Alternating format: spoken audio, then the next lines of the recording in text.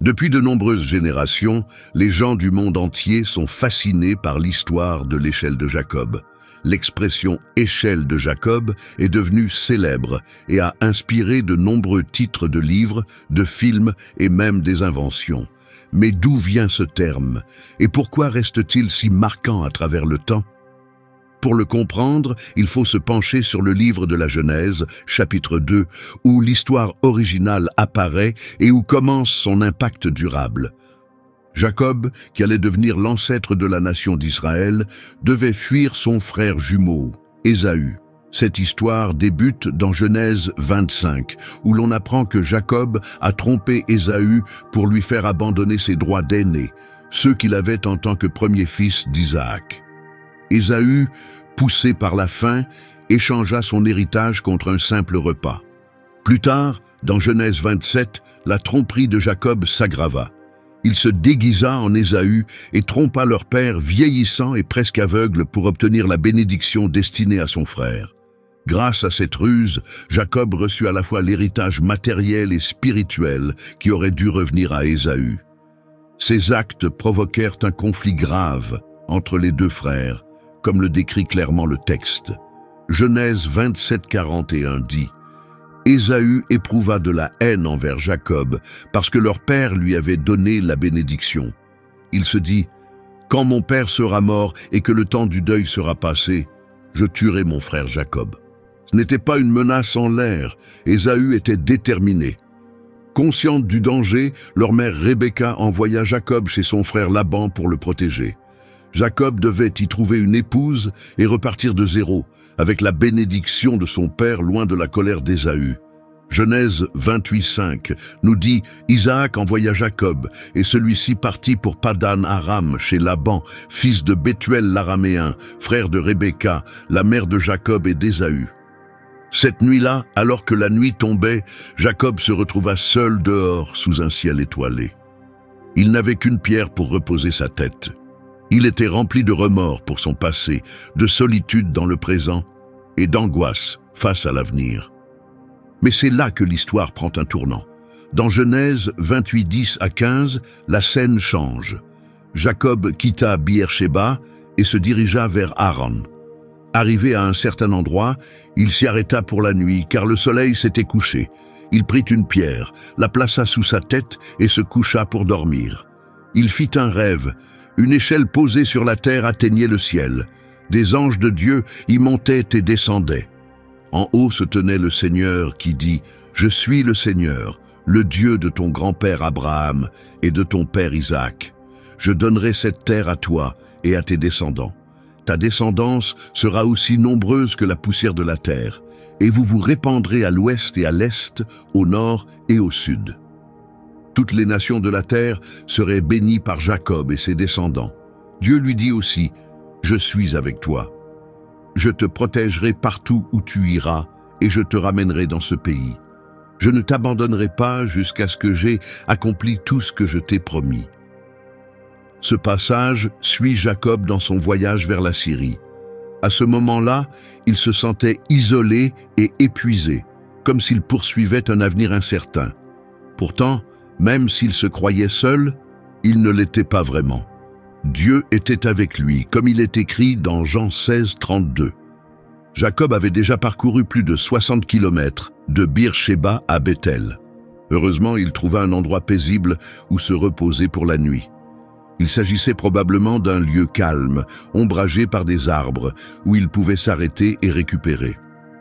Sans lit, Jacob utilisa une pierre comme oreiller et s'allongea sous le ciel ouvert. Même si cela n'était pas inhabituel à l'époque, on peut imaginer combien cela devait être inconfortable. Froid, rigide, difficile. Après une journée aussi longue et fatigante, dormir à même le sol ne faisait qu'aggraver sa douleur physique. Jacob était exposé, sans abri, sans refuge en cas de danger. Il savait parfaitement qu'il fuyait, inquiet qu'Ésaü le retrouve ou envoie quelqu'un pour le tuer. À ce moment précis, Jacob était totalement vulnérable. Il n'avait rien ni personne pour le défendre. Mais Jacob, habitué aux voyages et aux épreuves, accepta volontiers les difficultés à venir. Il choisit de servir un autre homme et d'affronter les obstacles avec patience et humilité. Et ce fut une bonne décision. Malgré les conditions difficiles, Jacob fit un rêve puissant, un rêve qui toucherait profondément tout Israélite. Pendant son sommeil, il entendit la voix de Dieu et vit une vision venue du ciel. Ce fut le repos le plus paisible et significatif qu'il ait jamais connu. Ce passage montre que lorsque les croyants sont loin du confort ou de la compagnie, Dieu intervient souvent pour les réconforter. Quand des épreuves surviennent alors qu'on remplit son devoir, le soutien de Dieu devient encore plus évident. Il est important de comprendre que la consolation divine se manifeste le plus clairement lorsque l'on en a le plus besoin. Observons de plus près la vision remarquable de Jacob. Il vit une échelle qui montait de la terre jusqu'au ciel. Des anges y montaient et descendaient, et Dieu se tenait tout en haut. Cette échelle représente deux vérités pleines d'espoir pour ceux qui cherchent à bien vivre, peu importe leur situation. Elle montre une connexion forte entre le ciel et la terre, et que Dieu veille depuis les hauteurs. Par les soins de Dieu, il existe toujours un lien entre le monde spirituel et notre réalité humaine. Ce qui est décidé au ciel se manifeste sur terre, et tout ce que nous faisons est connu là-haut. Les plans de Dieu avancent progressivement. Les anges sont des messagers fidèles qui accomplissent sa volonté et apportent aide et direction en chemin. Dieu, dans sa sagesse, dirige toutes les petites actions pour qu'elles servent son grand dessein. Les anges travaillent sans relâche, montant et descendant sans cesse, accomplissant les missions qui leur sont confiées. Ils montent, rapporter ce qui a été fait et reçoivent de nouvelles instructions, puis redescendent pour les exécuter. Cet exemple nous enseigne à rester actifs dans l'œuvre de Dieu avec la même fidélité que les anges. Le psaume 103, verset 21 dit « Bénissez le Seigneur, vous, ses anges puissants et fidèles, qui accomplissez sa parole et obéissez à ses ordres. » Ce verset nous invite à honorer Dieu et à nous souvenir de la fidélité des anges qui exécutent sa volonté. Louons Dieu avec ces êtres célestes qui le servent fidèlement et accomplissent ses desseins sans hésitation. La vision de Jacob lui apporta la paix.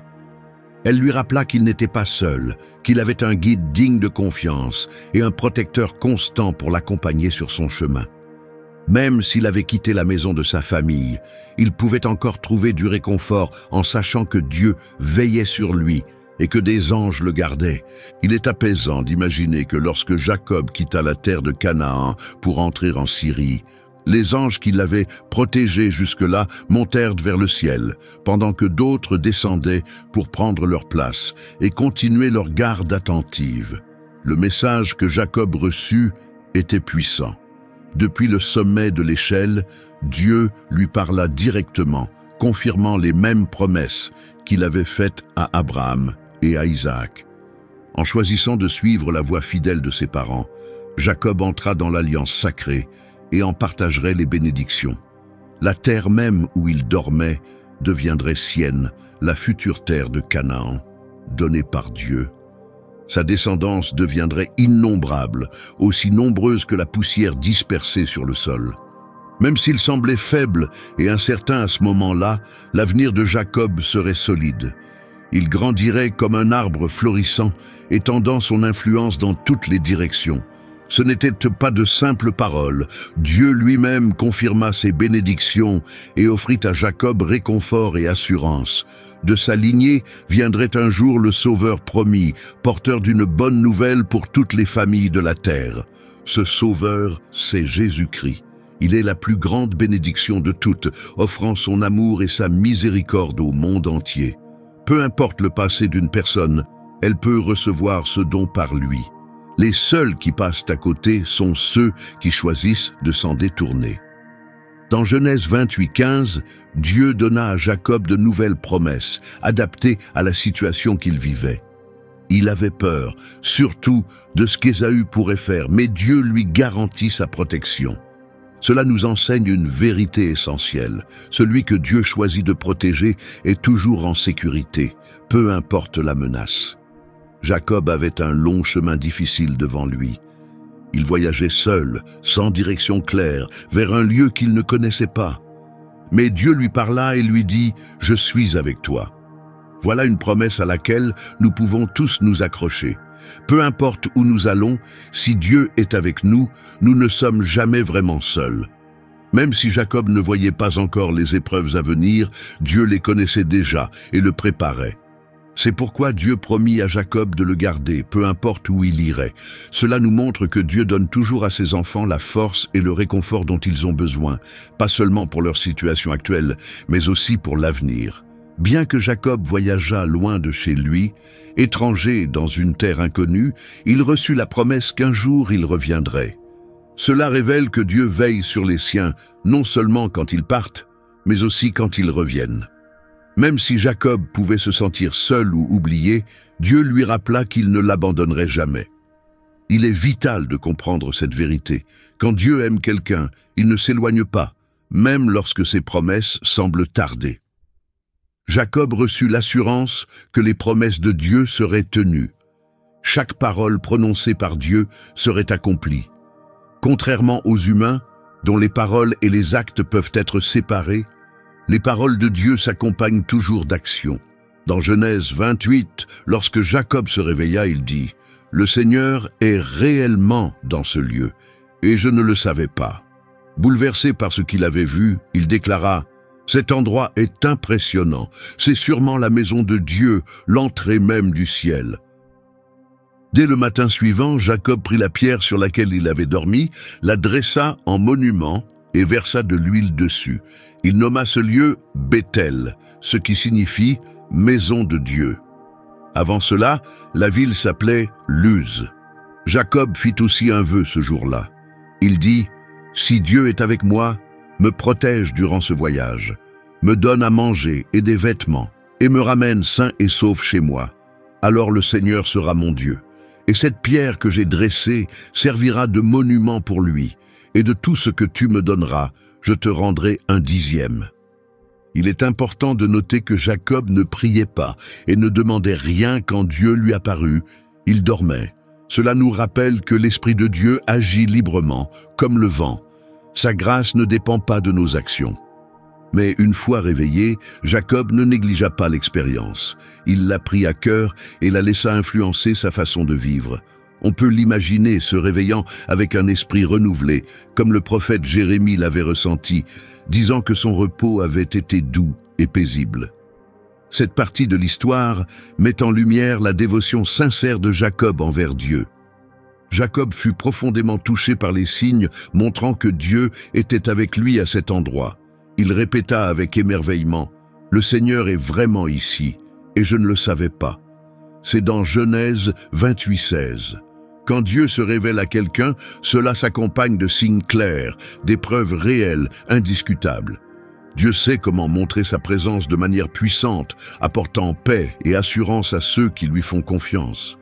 C'est quelque chose que l'on ressent profondément, une preuve que Dieu est véritablement là.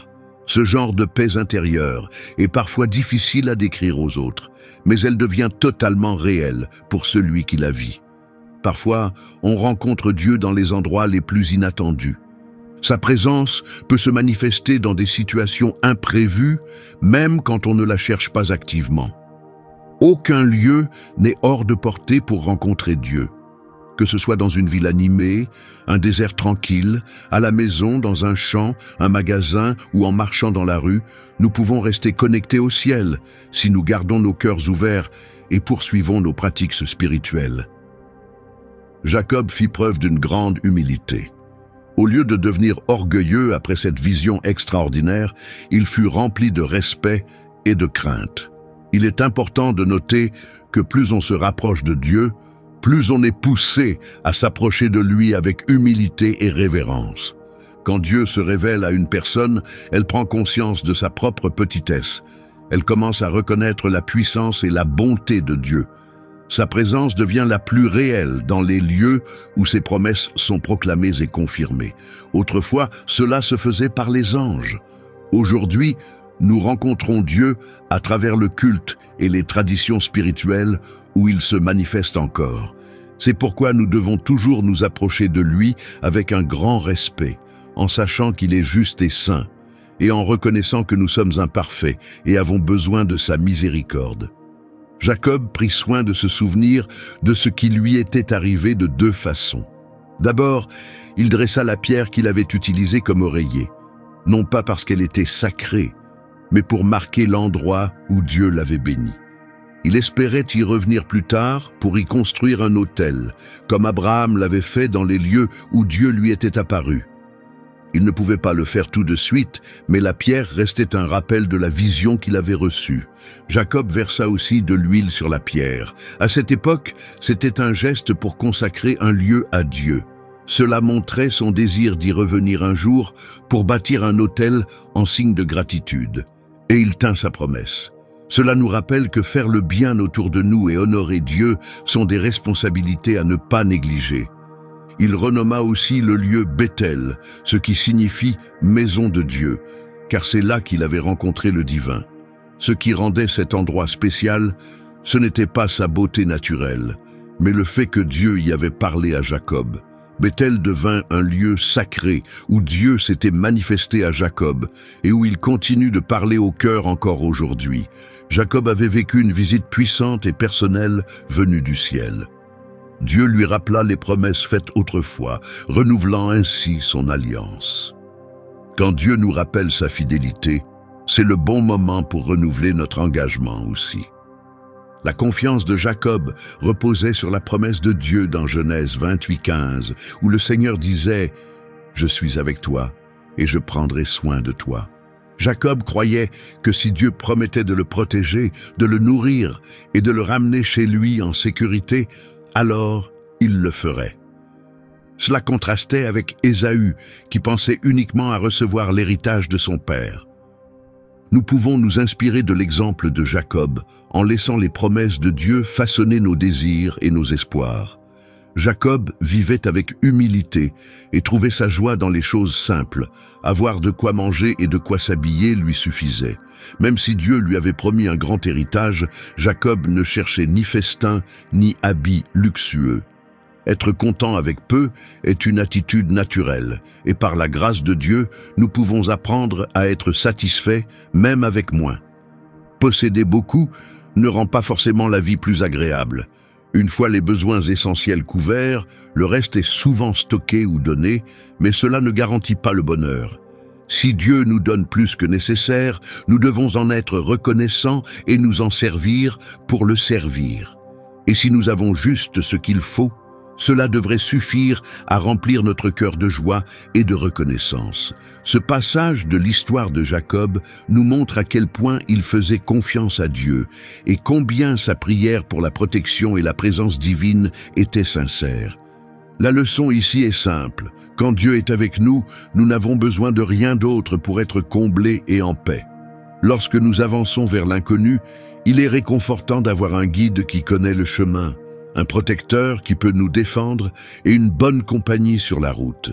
Avoir Dieu à nos côtés, c'est avoir tout cela de la meilleure façon possible. Cette histoire met aussi en lumière l'importance de rester fidèle à Dieu dans une relation d'alliance. Même quand les épreuves arrivent, comme manquer de nourriture ou de vêtements, nous sommes encouragés à ne pas nous éloigner de lui. Au contraire, chaque bonté qu'il nous montre devrait nous rapprocher. Chaque bénédiction est un rappel à grandir dans la foi. Dans cet esprit, Jacob prit des engagements personnels pour montrer sa gratitude et sa dévotion. D'abord, il promit que la stèle qu'il avait dressée resterait là jusqu'à son retour en sécurité. À ce moment-là, elle deviendrait un lieu de culte, une maison de Dieu, avec un autel construit en son honneur. Ensuite, Jacob s'engagea à ce que la maison de Dieu ne manque jamais de rien.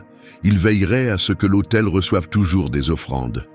Pour cela, il décida de remettre à Dieu 1/10 de tout ce qu'il recevrait, que ce soit pour l'autel ou pour aider les pauvres, qui reçoivent aussi de la main de Dieu. On voit qu'Abraham et Jacob donnèrent tous deux 1/10 de leurs biens à Dieu. Cela semble avoir été guidé par une instruction divine. Ce passage nous enseigne à honorer Dieu avec nos ressources, car donner en retour est une manière sincère d'exprimer notre reconnaissance. Offrir une dîme ou 10% est une bonne façon de montrer notre engagement et de soutenir l'œuvre de Dieu sur la terre. Mais la somme peut varier selon la situation de chacun et la manière dont Dieu l'a béni. L'expérience spirituelle forte de Jacob reflète ce qu'Abraham a vécu dans Genèse 15. Et de manière intéressante, Jacob avait à peu près le même âge qu'Abraham lorsqu'il quitta sa maison pour répondre à l'appel de Dieu vers une nouvelle terre. Même si Jacob avait utilisé la ruse pour obtenir la bénédiction familiale, Dieu voulait lui faire comprendre une vérité plus profonde. Jacob avait peut-être été choisi pour porter les promesses faites à Abraham, y compris celles d'un grand peuple, mais ce n'était pas à lui d'accomplir ce plan. C'était Dieu qui en avait le contrôle. Tout se ferait selon le temps et les voies de Dieu. Jacob mettrait du temps à vraiment comprendre cela. Cette idée est présente dans la vision qu'il reçut pendant son rêve. Mais que signifiait vraiment cette vision? Curieusement, Jésus en parla lors de sa rencontre avec Nathanaël.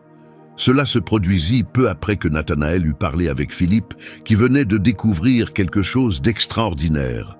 Philippe avait rencontré Jésus et était impatient de partager cette nouvelle. Il alla directement vers Nathanaël et lui transmit un message simple et direct. Il lui dit qu'il avait trouvé le Messie promis, celui annoncé par Moïse et les prophètes, Jésus de Nazareth. Mais Nathanaël avait des doutes. Nazareth était une ville pauvre, sans importance, en Galilée, et l'idée que le Messie puisse venir de là lui semblait très improbable. La question resta dans l'esprit de Nathanaël jusqu'à ce qu'il prenne la parole. Dans Jean 1:44 à 46, Nathanaël demanda « Peut-il venir quelque chose de bon de Nazareth ?» Philippe ne discuta pas. Il lui répondit simplement « Viens et vois ». Il savait que le meilleur moyen de répondre aux doutes était de laisser chacun faire lui-même l'expérience de Jésus. Puis, dans Jean 1:47, lorsque Nathanaël s'approcha, Jésus dit à son sujet « Voici un véritable Israélite, un vrai fils de Jacob, dans lequel il n'y a ni tromperie ni mensonge. » Cette remarque fut surprenante, car Jésus ne l'avait jamais rencontré auparavant. Et pourtant, il le connaissait profondément. Nathanaël fut bouleversé, qu'un inconnu puisse parler de lui avec autant de certitude. De plus, lorsque Nathanaël était assis seul sous un figuier, complètement caché par les branches épaisses, Jésus l'avait vu. Personne d'autre n'aurait pu. Et pourtant, Jésus avait vu à travers les feuilles et jusque dans le cœur de Nathanaël. Dans Jean 1:49 à 51, Nathanaël répondit « Maître, tu es le Fils de Dieu, tu es le roi d'Israël. » Jésus répondit « Tu crois parce que je t'ai dit que je t'avais vu sous le figuier. Tu verras des choses bien plus grandes encore. » Puis Jésus ajouta « En vérité, je vous le dis, vous verrez le ciel ouvert et les anges de Dieu monter et descendre au-dessus du Fils de l'homme. » C'était une référence claire au rêve de Jacob, montrant que Jésus est la véritable connexion entre le ciel et la terre. Alors, que s'est-il réellement passé à ce moment-là entre Jésus et Nathanaël? Nathanaël accepta l'invitation de venir et voir, et cela changea toute sa vie. Jésus lui fit un beau compliment, reconnaissant son honnêteté et son intégrité. Tandis que Nathanaël s'approchait, Jésus prononça des paroles de bénédiction. Il parla à voix haute devant les autres. « Regardez, voici un vrai Israélite. » Jésus ne se contenta pas d'accueillir Nathanaël, il l'honora.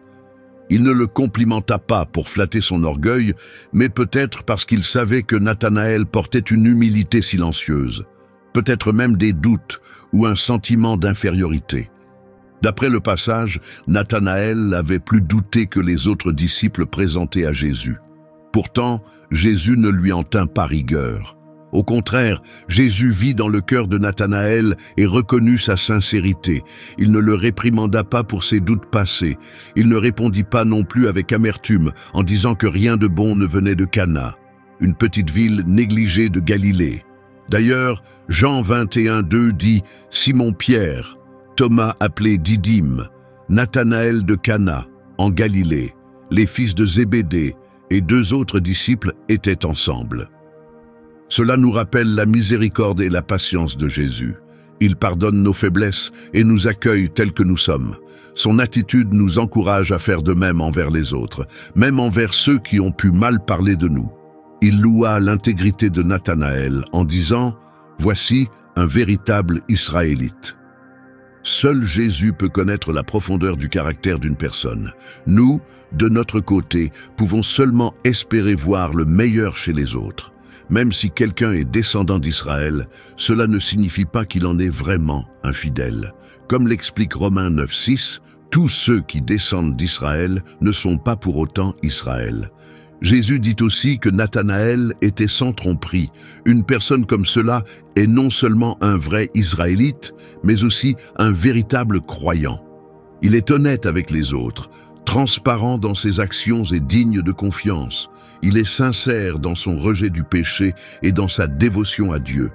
Il n'y a ni mensonge ni hypocrisie en lui. Le psaume 32:2 dit « Heureux l'homme à qui l'Éternel ne tient pas compte de sa faute, et dans l'esprit duquel il n'y a point de fraude. » Il n'est pas dit que cette personne est sans péché, mais qu'elle est sans duplicité.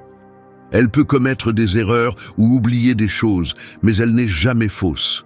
Elle ne se rebelle pas contre Dieu avec de mauvaises intentions. Et même si elle lutte, elle ne prétend pas être ce qu'elle n'est pas. Elle essaie sincèrement de vivre avec intégrité. Jésus dit « Regardez cet Israélite ». C'était un appel à remarquer Nathanaël, à apprendre de sa sincérité et à admirer l'exemple qu'il donnait.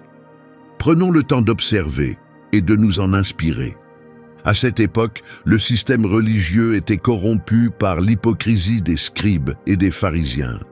Les véritables fidèles étaient rares. Ceux qui restaient loyaux étaient comme des perles précieuses, des exemples vivants de la grâce de Dieu. Leur fidélité était aussi remarquable que celle de Job dans ses épreuves. Nathanaël se distinguait pour cette raison, et Jésus répondit en révélant sa connaissance divine du passé de Nathanaël. Lorsque Jésus lui parla avec bonté, Nathanaël fut étonné. Sa réaction montra une vraie humilité. Il ne s'accrocha pas aux compliments et ne devint pas orgueilleux. Il resta modeste. Cette humilité montrait combien il était authentique. En fin de compte, Jésus nous connaît chacun mieux que nous ne nous connaissons nous-mêmes. Nous ne pouvons pas savoir ce qui habite le cœur d'une personne en nous fiant seulement aux apparences. Mais rien n'est caché à Christ. Il voit tout clairement. Et puisque Jésus nous connaît aussi profondément, nous devrions avoir pour but de mieux le connaître aussi. Hébreux 4:12-13 nous dit « La parole de Dieu est vivante et efficace, plus tranchante qu'une épée à double tranchant. Elle pénètre jusqu'à séparer l'âme et l'esprit, les jointures et les moelles. Elle juge les sentiments et les pensées du cœur.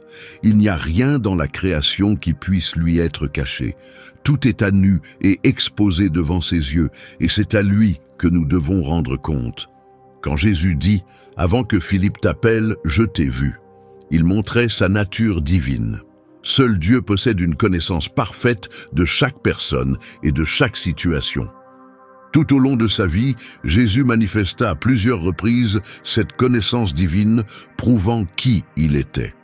Les prophètes avaient annoncé que le Messie posséderait une sagesse spirituelle extraordinaire. Il reconnaîtrait la sincérité des cœurs, non pas en se basant sur les apparences, mais sur ce qu'il renfermait réellement. Ésaïe 11, 2-3 en parle ainsi. « L'Esprit du Seigneur reposera sur lui, esprit de sagesse et d'intelligence, esprit de conseil et de force, esprit de connaissance et de crainte de l'Éternel.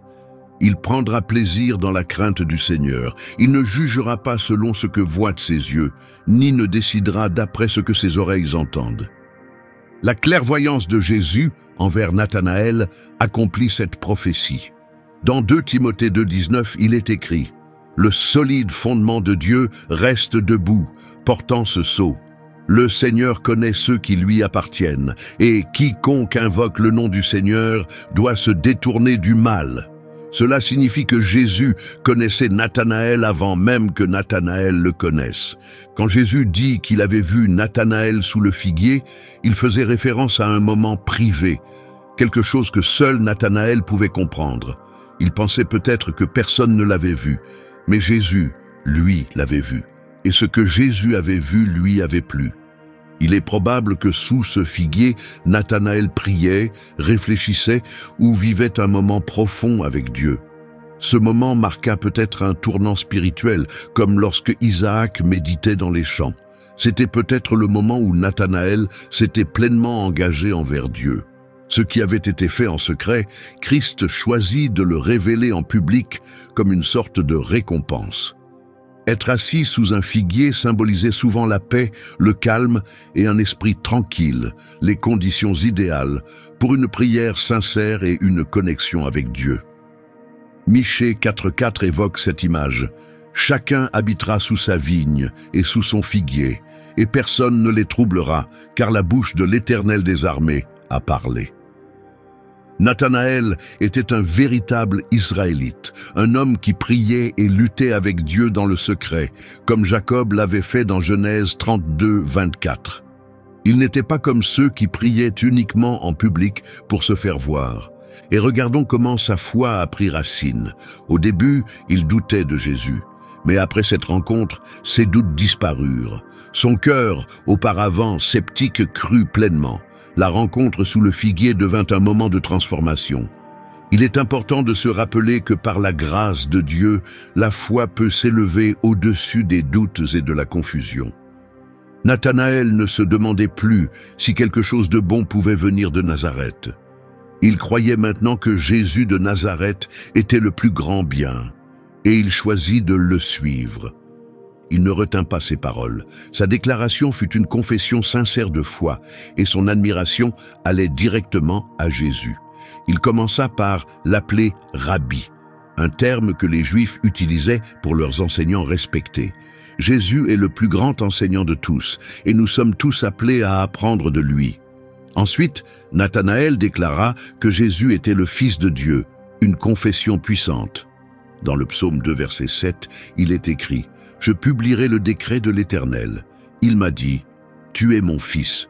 Aujourd'hui, je t'ai engendré. » Même si Jésus était apparu sous une forme humaine, il possédait une connaissance divine, un savoir sur les cœurs et sur des choses éloignées et cachées. Nathanaël reconnut cela et crut. Puis il dit, « Tu es le roi d'Israël, le roi promis que nous attendions depuis longtemps. Si Jésus est le Fils de Dieu, il est aussi le roi légitime du peuple de Dieu. » Avec cette confession, Nathanaël montra qu'il était un véritable Israélite, prêt à reconnaître et à se soumettre au roi. Jésus répondit en élevant la foi de Nathanaël à un niveau supérieur. Dans Jean 1:50-51, il encouragea doucement ce nouveau croyant. Jésus montre toujours de la bonté envers ceux qui commencent tout juste à croire. Comme dit Matthieu 12:20, « Il ne brisera pas le roseau froissé et il n'éteindra pas la mèche qui fume encore jusqu'à ce qu'il ait fait triompher la justice. » Jésus fut touché par la foi rapide et sincère de Nathanaël en disant « Tu crois parce que je t'ai dit que je t'avais vu sous le figuier ?» Il était étonné qu'un simple signe de connaissance divine ait suscité une foi si forte. Cela montre que le cœur de Nathanaël était déjà ouvert et préparé. Sans cette disposition, la foi ne serait pas venue si rapidement. Cela honore Christ et révèle la puissance de sa grâce quand quelqu'un répond avec foi dès le premier appel. Jésus promit ensuite des choses encore plus grandes, des preuves encore plus fortes de son identité de Messie. Nathanaël verrait de puissants signes, y compris des miracles et même la résurrection. Jésus se présenta humblement comme le Fils de l'homme, un titre qu'il utilisait souvent. Bien que Nathanaël l'ait appelé Fils de Dieu et Roi d'Israël, Jésus choisit un nom qui mettait l'accent sur son humilité et son humanité. En faisant cela, Jésus rappela à Nathanaël de ne pas s'attendre à un roi vêtu de gloire ou de pouvoir politique. Il était venu dans l'humilité, et pourtant ce qu'il annonçait était extraordinaire. Il dit, « Tu verras le ciel ouvert et les anges de Dieu monter et descendre sur le Fils de l'homme. » Il verrait les anges monter et descendre sur le Fils de l'homme. Par Jésus-Christ, nous sommes réconciliés avec le royaume céleste, et la connexion entre le ciel et la terre est restaurée. Tout comme Jacob vit une échelle dans son rêve, Christ est cette échelle spirituelle pour nous, notre lien entre le ciel et la terre, permettant aux anges d'agir au nom de ceux qui croient. Les chrétiens reconnaissent que le rêve de Jacob était un symbole de Jésus, le médiateur venu pour rétablir notre relation brisée avec Dieu. Le péché avait causé une séparation, mais Jésus est venu pour combler ce vide. Romains 5, 1-2 dit « Étant donc justifiés par la foi, nous avons la paix avec Dieu par notre Seigneur Jésus-Christ. C'est aussi par lui que nous avons accès, par la foi, à cette grâce dans laquelle nous demeurons fermes, et nous nous glorifions dans l'espérance de la gloire de Dieu. » Comme l'échelle de la vision de Jacob, Jésus descendit du ciel sur la terre en parfaite obéissance au plan de Dieu. En tant que descendant de Jacob, il accomplit les promesses faites depuis longtemps et ouvrit la voie à la vie éternelle. La réaction de Jacob à ce rêve montre qu'il a peut-être cru sincèrement en Dieu pour la première fois. Il est important de comprendre que Jacob ne reçut pas cette vision parce qu'il l'avait méritée. Ce n'était pas son comportement, mais bien la fidélité de Dieu à son alliance avec Abraham et sa descendance qui mena à cette rencontre divine. Jacob devint la troisième personne de la lignée familiale à recevoir cette promesse. Pour lui, c'était probablement la première fois qu'il entendait la voix de Dieu directement. Jusqu'ici, Dieu avait parlé à Abraham et à Isaac, mais maintenant, il s'adressait personnellement à Jacob. Dans la tradition juive, le rêve de Jacob ne représente pas simplement une échelle, mais plutôt un escalier divin, avec des anges qui montent et descendent sans cesse. Le sommet de l'échelle symbolisait le ciel, la demeure de Dieu. Cette expérience donna à Jacob un aperçu du monde spirituel et de son rôle dans le plan de Dieu. À son réveil, Jacob répondit par un vœu, promettant de donner à Dieu un dixième de tout ce qu'il recevrait. Ce geste exprimait sa gratitude et la reconnaissance de l'autorité de Dieu dans sa vie. Le premier chapitre de l'évangile de Jean est particulièrement puissant. Il commence en déclarant que la parole, Jésus, est devenue humaine et a vécu parmi nous. Jésus est pleinement Dieu et pleinement homme, révélant le Père d'une manière que personne d'autre ne pouvait. Tout au long de Jean chapitre 1, plusieurs témoignages apparaissent. Jean-Baptiste proclame que Jésus révèle Dieu. André le reconnaît comme le Messie. Philippe le voit comme l'accomplissement des prophéties. Nathanaël affirme qu'il est le Fils de Dieu et le vrai roi d'Israël. L'évangile de Jean présente Jésus non pas vu depuis la terre vers le ciel, mais du ciel vers la terre. Plus tard dans cet évangile, Jésus rencontre une femme au puits de Jacob. Leur conversation aborde la question de la présence de Dieu, sur la montagne ou à Jérusalem. Mais avec Jésus, le lieu n'a plus d'importance. Il est la connexion, la présence et l'accomplissement des promesses de Dieu. Jésus montra une profonde connaissance de la femme au puits. Il savait des choses sur sa vie que personne d'autre ne pouvait connaître. Sa question à lui était lourde de sens. « Es-tu plus grand que notre père Jacob » Jean 4,12. La réponse était évidemment oui. Jésus était bien plus grand que Jacob. Il n'offrait pas seulement de l'eau, il offrait de l'eau vive. En réalité, il en était la source. Il n'était pas seulement quelqu'un qui rêvait d'une échelle entre la terre et le ciel. Il était cette échelle. Toute l'histoire de la création avance vers un moment futur où le ciel et la terre seront réunis. Comme l'annonce Apocalypse 21:3, j'entendis une voix forte venant du trône disant « Voici le tabernacle de Dieu avec les hommes. Il habitera avec eux. Ils seront ses peuples et Dieu lui-même sera avec eux. » La présence de Dieu, c'est cela que nous désirons profondément. La technologie peut être utile, mais elle ne peut pas nous sauver. La croissance économique a soulagé certaines souffrances, mais elle n'a pas répondu à nos besoins les plus profonds. Nous sommes plus connectés que jamais et pourtant toujours divisés. Nous avons l'abondance, mais nous sommes vides spirituellement. Nous avons construit nos propres échelles, mais elles ne mènent nulle part. Chaque enfant de Dieu traverse des moments où il semble que Dieu s'est éloigné, comme un propriétaire qui s'absente un temps, mais prévoit de revenir. Ses meubles sont encore là. Ses affaires n'ont pas bougé. Il n'a pas abandonné la maison. Il est simplement invisible pour un moment. il reviendra. Nous comprenons que Dieu permet parfois des saisons de sécheresse ou d'éloignement pour faire grandir notre foi. Les épreuves nous affinent, comme le feu purifie l'or. Elles nous apprennent à tenir bon, à faire plus confiance et à mûrir spirituellement. David parle d'une joie que seuls les fidèles connaissent, une joie qui n'est qu'un avant-goût de la joie éternelle qui nous attend lorsque nous verrons Dieu face à face. Le psaume 16, verset 11 dit « Tu me fais connaître le sentier de la vie. Il y a d'abondantes joies devant ta face, des délices éternelles à ta droite. » Jésus est présent tout au long du livre de la Genèse, même dans le récit de la création. Une des vérités les plus fortes du Nouveau Testament est que Jésus est celui par qui tout l'univers a été créé. Les premiers disciples l'avaient compris. Dans Jean 1, on lit « Rien de ce qui a été fait n'a été fait sans lui ».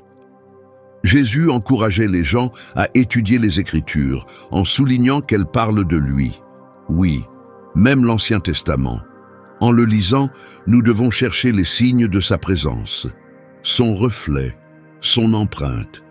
Il est la réalité complète et sa présence se ressent à chaque page. L'échelle de Jacob nous laisse plusieurs enseignements puissants. D'abord, Dieu agit à travers des personnes imparfaites, comme Jacob. Nous avons tous commis des erreurs, mais Dieu ne nous demande pas d'être parfaits, et cela nous donne de l'espoir. Quand Jacob rencontra Dieu pour la première fois, sa foi était encore jeune. Pendant des années, il continua à tromper et à profiter des autres. Pourtant, Dieu ne l'abandonna jamais. Avec le temps, Jacob devint un homme juste. À la fin de sa vie, il fut reconnu pour sa foi solide. Cela est mentionné dans Hébreux 11, 21. Deuxièmement, les plans de Dieu dépassent toujours les nôtres. Au début, Jacob comptait plus sur ses propres ruses que sur la direction divine. Troisièmement, Dieu cherche notre attention. Il nous parle d'une manière personnelle, adaptée à chacun. Nous ne verrons peut-être pas de rêves spectaculaires ou de signes miraculeux comme Jacob ou Moïse, mais Dieu sait toujours comment toucher nos cœurs. Parfois, cela passe par une paix profonde, après une décision, une manière discrète mais claire par laquelle Dieu nous guide. Jacob marqua le moment où il entendit la voix de Dieu en dressant une pierre comme rappel. De même, nous pouvons trouver nos propres façons, comme écrire dans un journal, de réfléchir et remercier Dieu pour la clarté qu'il nous donne. Quatrièmement, Dieu veut notre confiance et notre volonté de le suivre. Même lorsque Jacob vit Dieu au sommet de l'échelle céleste et entendit ses promesses extraordinaires, sa réaction fut prudente. Jacob fit un vœu, comme le décrit Genèse 28, 20 à 22. Si Dieu est avec moi, s'il me protège pendant ce voyage, s'il me donne du pain à manger et des vêtements pour me vêtir, et si je retourne en paix à la maison de mon Père, alors l'Éternel sera mon Dieu. Cette pierre que j'ai dressée servira de maison à Dieu, et de tout ce que tu me donneras, je t'en donnerai la dîme. Malgré ce moment extraordinaire, Jacob ne remit pas encore totalement sa confiance à Dieu. Il s'appuyait souvent sur sa propre intelligence au lieu de dépendre du Seigneur. Pourtant, Dieu prit soin de lui, pourvut à ses besoins et le ramena sain et sauf chez lui. Mais cela n'arriva qu'après qu'il eut lutté avec Dieu, une expérience qui l'amena à recevoir la bénédiction complète et à reconnaître enfin l'autorité et la puissance de Dieu. Maintenant, comparons la tour de Babel avec le rêve de l'échelle de Jacob. Jacob vit ce qui ressemblait à une échelle ou un escalier, symbole d'un lien divin entre le ciel et la terre. Dans ce rêve, c'est Dieu qui créait le pont entre lui et l'humanité. Cela contraste fortement avec le peuple de Babel dans Genèse 11, qui tenta d'atteindre le ciel par ses propres forces, sans l'aide de Dieu. Ils dirent « Construisons une ville et une tour dont le sommet touche le ciel pour nous faire un nom, afin de ne pas être dispersés sur toute la terre. » Mais le Seigneur descendit pour voir la ville et la tour. Il dit, « S'ils font cela tous ensemble avec une seule langue, rien ne sera impossible pour eux. Allons, descendons et brouillons leur langage, afin qu'ils ne se comprennent plus les uns les autres. » C'est ce que dit Dieu. Ainsi, le Seigneur les dispersa sur toute la surface de la terre, et la construction de la ville s'arrêta. Ce lieu fut appelé Babel, car c'est là que Dieu brouilla le langage des habitants. Dès lors, les peuples furent éparpillés sur toute la terre. Le nom Babel, ou Babylone, fut donné à cet endroit. Il vient de la langue akkadienne et signifie « porte d'un dieu ». Il est intéressant de noter que la vision de l'échelle de Jacob fut aussi appelée « porte du ciel ». Au verset 4, on nous dit que les gens voulaient construire une ville avec une tour atteignant le ciel. Ainsi, bien que Babel puisse signifier « porte de Dieu », le véritable accès à la présence divine se fait uniquement par la foi en Jésus-Christ. Toute tentative d'atteindre Dieu par nos propres moyens échoue. Le seul chemin vers le ciel passe par la foi en Christ seul, et vouloir y parvenir autrement s'oppose au plan de Dieu. La tour que les gens construisaient naquit de leur orgueil. Elle devait montrer la puissance et les exploits des hommes. Au lieu de dire « que notre Dieu est grand », il disait « regardez comme nous sommes grands ». Mais un thème revient sans cesse dans la Bible. Dieu abaisse les orgueilleux. L'orgueil est en opposition directe avec la volonté de Dieu. Seul son nom doit être élevé et honoré. Pourtant, encore aujourd'hui, les hommes continuent de se rebeller et laissent l'orgueil guider leurs actions. Au lieu de rechercher la gloire pour nous-mêmes, nous sommes appelés à élever le nom de Jésus. Comme il est écrit dans 2 Corinthiens 10-18, « Ce n'est pas celui qui se recommande lui-même qui est approuvé, mais celui que le Seigneur recommande. » Dans le chapitre suivant de la Genèse, Dieu dit à Abraham, « Je rendrai ton nom grand, et tu seras une source de bénédiction. » Le peuple de Babel rejeta aussi le plan de Dieu d'une autre manière. À la fin du verset 4, ils dirent « Évitons d'être dispersés sur toute la terre. » Mais le vrai plan de Dieu était que l'humanité se répande sur toute la surface du globe.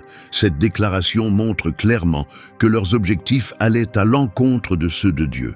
Cela ne devrait pas nous étonner. Les êtres humains résisteront toujours à la volonté de Dieu, à moins d'être transformés par sa grâce salvatrice à travers la foi en Christ. Mais le texte est sans équivoque. Les plans de Dieu s'accomplissent toujours. L'orgueil humain et la rébellion ne le déstabilisent pas. Un élément marquant dans cette histoire est la répétition du mot « allons ». Au verset 3, les hommes disent « allons, faisons des briques et cuisons-les ». Puis ils commencent à bâtir une tour qui touche le ciel. Mais au verset 7, Dieu dit aussi « allons », cette fois pour mettre fin à leur projet. Il intervint et arrêta leur entreprise. Ce ne fut pas difficile pour Dieu d'arrêter la construction de la tour de Babel. Il dispersa les peuples et mit fin à leur œuvre en brouillant leur langage. Imaginez le choc. Tout à coup, les gens ne pouvaient plus se comprendre. Pour Dieu, ce fut une action simple. Ses plans ne peuvent être contrecarrés. Comme le rappelle le psaume 33, 10-11, l'Éternel renverse les desseins des nations, il anéantit les projets des peuples.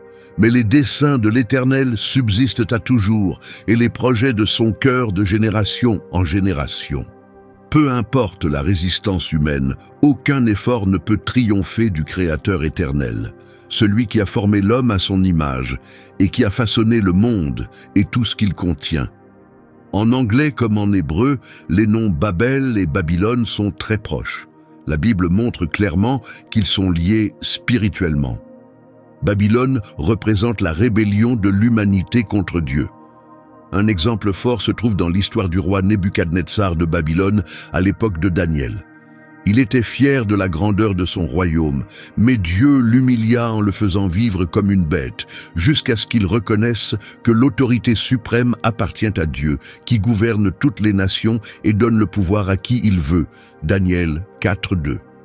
Babylone apparaît souvent dans les Écritures. Cela commence dans Genèse 11, où les hommes refusent de suivre le plan de Dieu à cause de leur orgueil. Par la suite, Babylone revient dans l'Ancien et le Nouveau Testament comme un symbole de résistance contre Dieu et son peuple.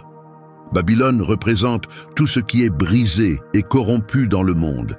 Dans Apocalypse chapitres 17 et 18, l'apôtre Jean partage une vision où Babylone est décrite comme la mère de toutes les abominations, remplie d'impureté et de rébellion.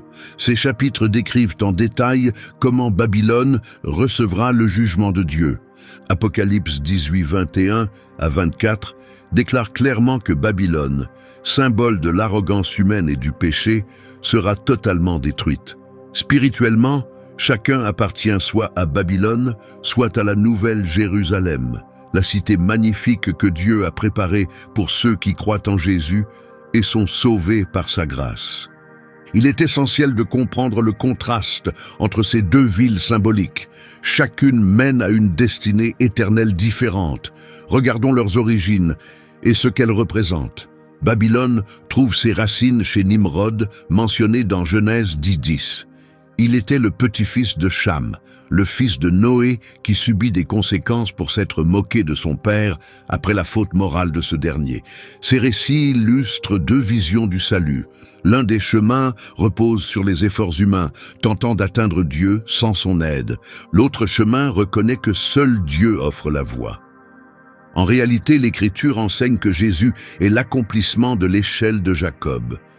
Il est descendu du ciel selon le plan de Dieu, né de la lignée de Jacob, pour nous sauver. Grâce à lui, nous sommes accueillis dans la vie éternelle au ciel. Alors, comment appliquer ces leçons dans notre quotidien? Dans la Bible, Dieu parlait souvent aux gens par des rêves, leur transmettant sagesse et direction. Aujourd'hui, Dieu nous parle de différentes manières. La Bible, sa parole écrite, est remplie d'histoires comme celle de Jacob et nous donne des instructions claires sur la façon dont il veut que nous vivions. Dieu parle aussi par le Saint-Esprit. Nous pouvons entendre sa voix en priant, en écoutant des messages ou des chants de louanges, en parlant avec d'autres croyants ou simplement en passant du temps au calme avec lui. Mais il ne suffit pas d'entendre ou de lire ce que Dieu dit. Il faut le mettre en pratique. L'histoire de Jacob nous rappelle que, même lorsque nous échouons ou que nous hésitons à nous engager pleinement, Dieu ne s'éloigne pas. Il attend avec patience, nous invitant à lui confier tout notre cœur. Cette partie de l'histoire de Jacob contient un autre élément marquant.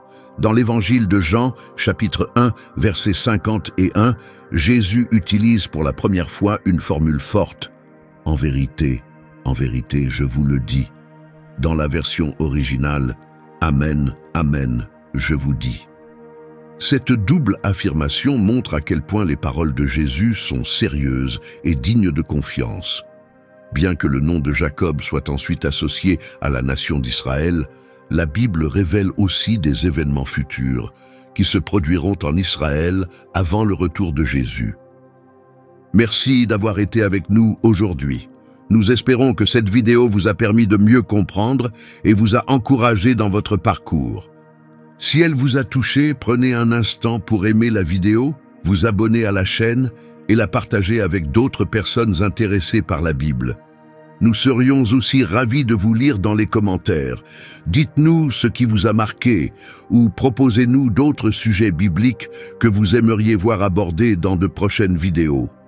D'ici là, que l'espérance trouvée dans la résurrection du Christ et la puissance de Dieu sur la mort vous remplissent de force et de paix.